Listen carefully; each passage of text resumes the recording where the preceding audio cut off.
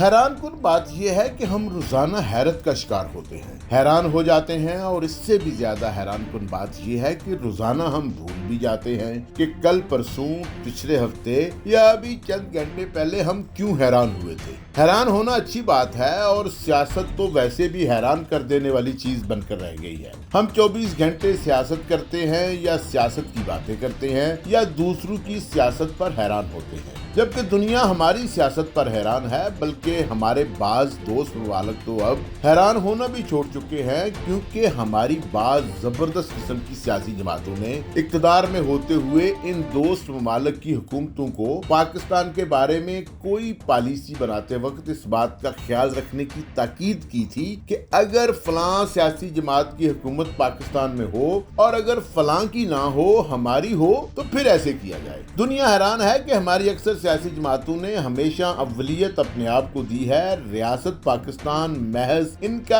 ایک اقتدار خانہ ہے، یا دوسرے لفظوں میں کھیل کا میدان۔ اگر صرف برادر ملک چین کے ساتھ گزشتہ ایک دہائی میں ریاست پاکستان کے اقتصادی تعلقات کی تاریخ کو دیکھنے کی کوشش کی جائے تو معلوم ہوتا ہے کہ کس طرح چین کو سی پیک منصوبے اور دوسرے ترقیاتی و اقتصادی کاموں میں ہدایت جاری کرنے اور دونوں ممالک کے اس اقتصادی تعلق کو اپنے مفاد اور مخالف کے نقصان کے لیے استعمال کرنے کی مذموم کوششیں کی گئی۔ اس سے اندازہ ہوتا ہے کہ ریاست اور ریاست کے عوام کا مفاد تو محض ایک بہانہ اور دکھاوا ہے، اصل مقصد تو ذاتی سیاسی فائدہ اور مخالف سیاسی جماعت کا نقصان ہے۔ آج ہم اس بات پر حیران ہیں کہ آئین میں 90 دن کی واضح مہلت کے باوجود انتخابات نہیں ہو رہے، اور سپریم کورٹ پارلیمنٹ کے ساتھ ایک زبردست جنگ میں مصروف ہے۔ سیاسی جماعتیں اگلی متوقع زبردست لڑائی کے لیے کمر کس رہی ہیں، اسٹیبلشمنٹ کو اپنے اپنے مقاصد کے لیے استعمال کرنے کی کوششیں عروج پر ہیں۔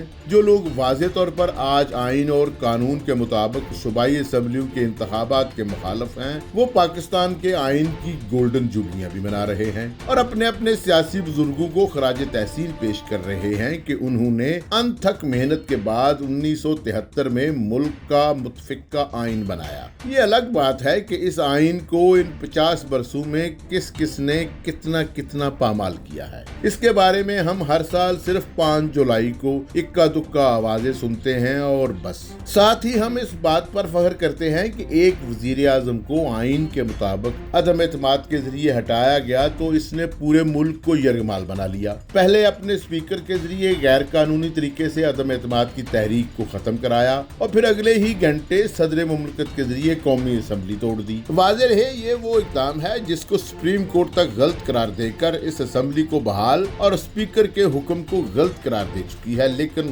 خراج تحسین پیش کرنے والے اس طرف زیادہ تعداد میں جمع ہیں۔ کسی قسم کی شرمندگی کا اظہار نہ قومی اسمبلی کے اسپیکر نے کیا، نہ نکالے گئے وزیر اعظم نے ایک جملہ بولا، اور نہ ہی آئین اور قانون کے تحت ریاست کے سب سے بڑے عہدے صدارت پر فائز اس عہدیدار نے تعصب کا اظہار کیا کہ ملک کی سب سے بڑی عدالت نے اس کے فیصلے کو کالعدم قرار دے دیا ہے۔ آئیں ہم سب مل کر حیران ہوتے ہیں کہ ہمارے ہاں دونوں متخالف فریق محض خراج تحسین پیش کرتے ہیں یا خراج تحسین وصول کرنے کے لیے ہر وقت بےتاب رہتے ہیں، لیکن یہ کبھی خود پر یا خود کی حرکتوں پر بھی حیران نہیں ہوئے۔ پریشان ہونا تو بہت دور کی بات ہے۔